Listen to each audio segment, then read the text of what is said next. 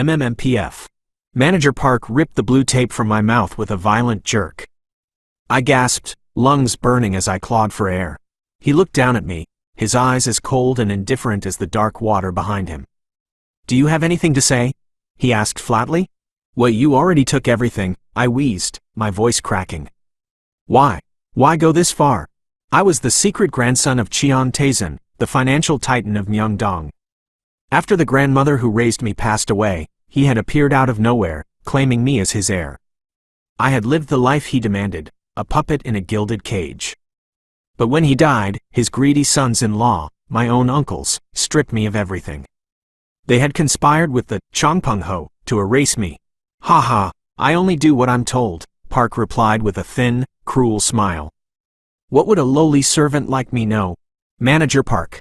"No. Sungi, please," I begged, the shame of my desperation stinging worse than the ropes. "Spare me. I'm sorry, but I'll make sure it's painless." He ignored the tremble in my voice. He reached into the car, placed a heavy rock on the accelerator pedal, and slammed the door shut. "Goodbye." The car began to roll. "No. Hey, Manager Park." I thrashed against my bindings, screaming into the void of the desolate reservoir. The car picked up speed, the engine roaring under the weight of the rock.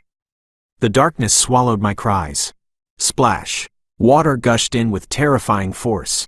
It filled my vision, burning my nose and throat.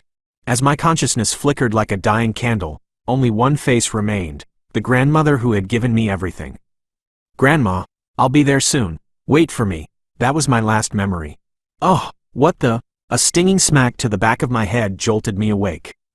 I spun around, heart hammering, and saw a familiar face grinning back at me, a punk pressing 2 fingers to the corners of his mouth in a mock smile.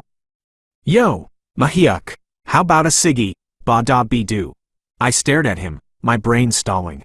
What the hell? I looked around frantically. Cement walls, the chaotic roar of teenage voices, boys in charcoal-colored school uniforms.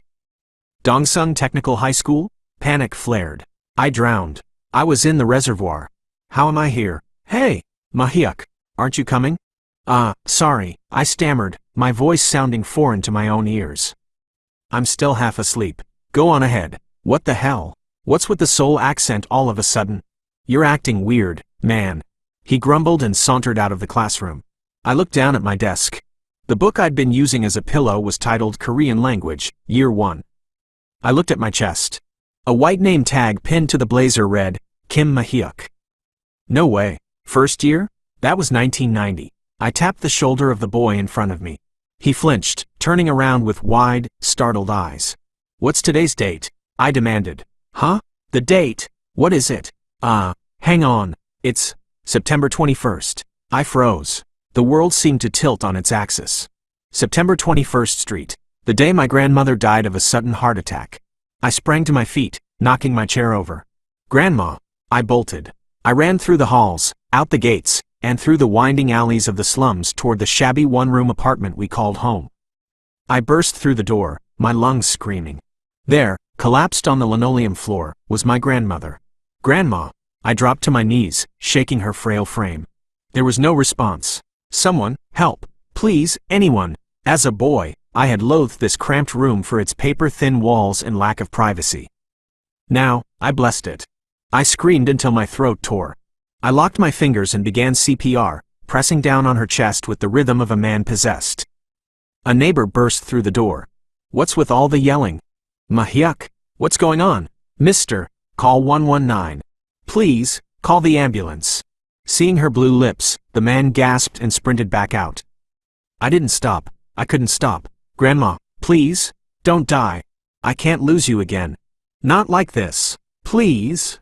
Cough. Hawk. A ragged, rasping breath broke from her lips. I checked her nose. It was faint, but it was air. "Grandma, stay with me."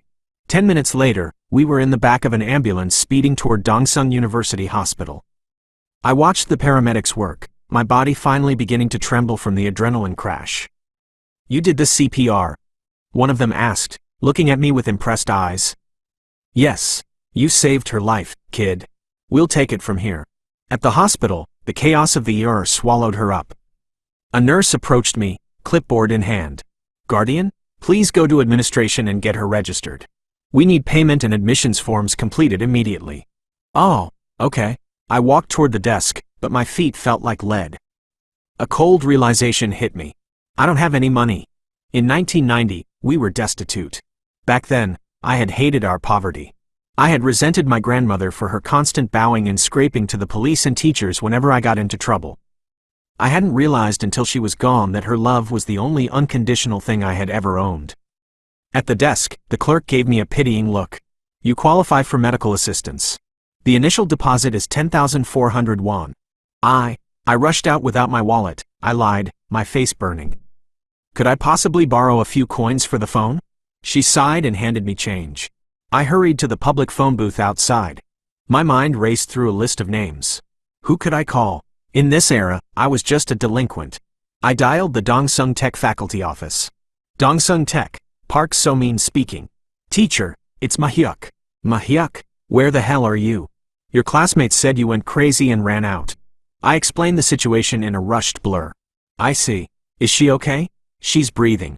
Teacher, could you tell Lee Myung-soo to come to the hospital? Ask him to bring some money. 20,000 won. If he doesn't have it, please, lend it to him. I'll pay you back, I swear. Ha, all right. I'll send him. I sank onto a bench in the hallway. I tried to process the impossible.